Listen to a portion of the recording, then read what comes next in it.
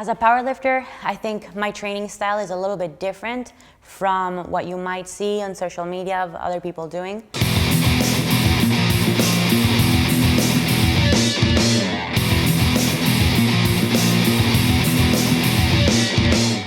I do a combination of powerlifting, some functional bodybuilding, and Olympic weightlifting even in the off season. And the reason for that is, obviously I love the feeling of getting stronger, and that is my main goal, and it's the sport that I compete in. But I also acknowledge that there are aspects from bodybuilding and Olympic weightlifting that might benefit my powerlifting in different ways. For example, just generally having bigger muscles allows for the potential of that muscle to becoming stronger. So just increasing the cross-sectional area of a muscle can allow you to be stronger. Also, it strengthens your tendons, it makes you look better and feel better, at least for me personally.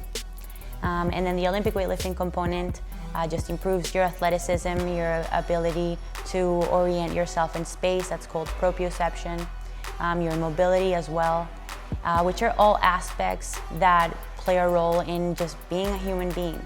I think a lot of people get caught in over-specificity, and training only powerlifting can lead to, mobility restrictions, lots of aches and pains from just repetitive loading, repetitive motions.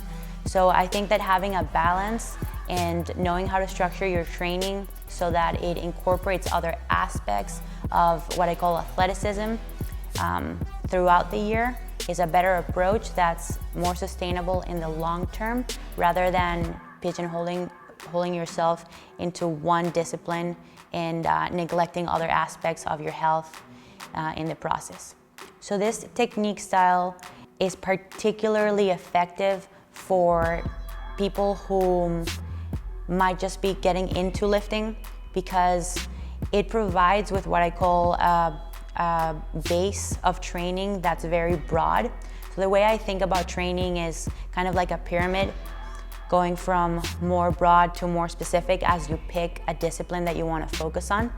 But during those fundamental stages of training, introducing multiple different movements that are in different directions, that are at different speeds, and that allow you to move in different ways, allows you to improve your general physical preparedness. And so that's why during the initial stages of someone's training, that's particularly important. Then as they get more into the specific sport that they want to do, then you can start maybe weeding off some of those movements as you focus on a particular competition. But yes, I would absolutely recommend that everyone incorporates some aspect of all of these different things that I've been talking about into their training, just so that they can move better, feel better, and train longer.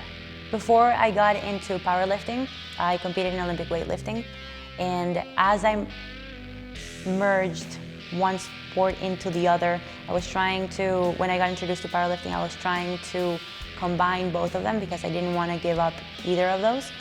And that's kind of like where the approach came from, just from my own personal interests.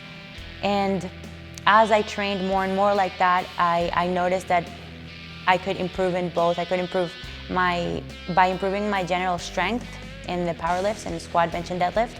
I could also improve my snatch and my clean and jerk.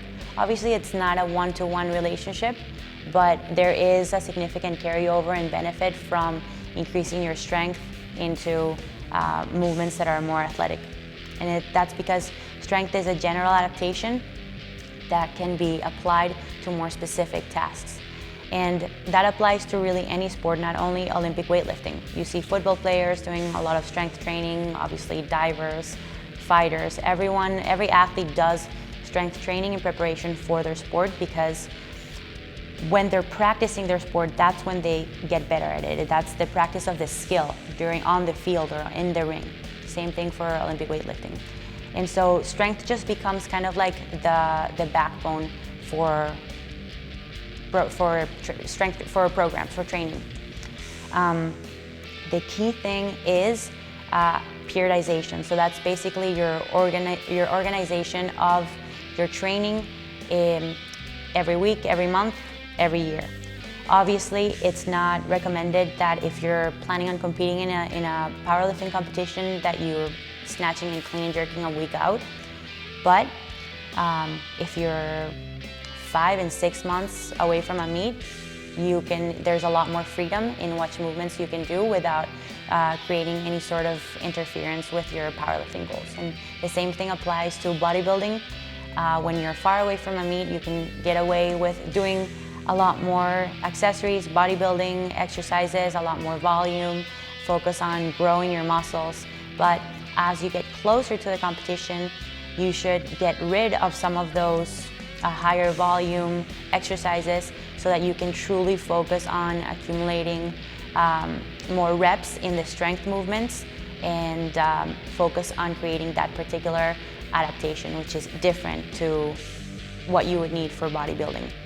So just a matter of organizing training in a way that makes sense so that bodybuilding or Olympic weightlifting or whatever else doesn't take away from your main goal. If your goal is to get stronger, then that needs to be 100% evident when I look at your training program and see what you're preparing for.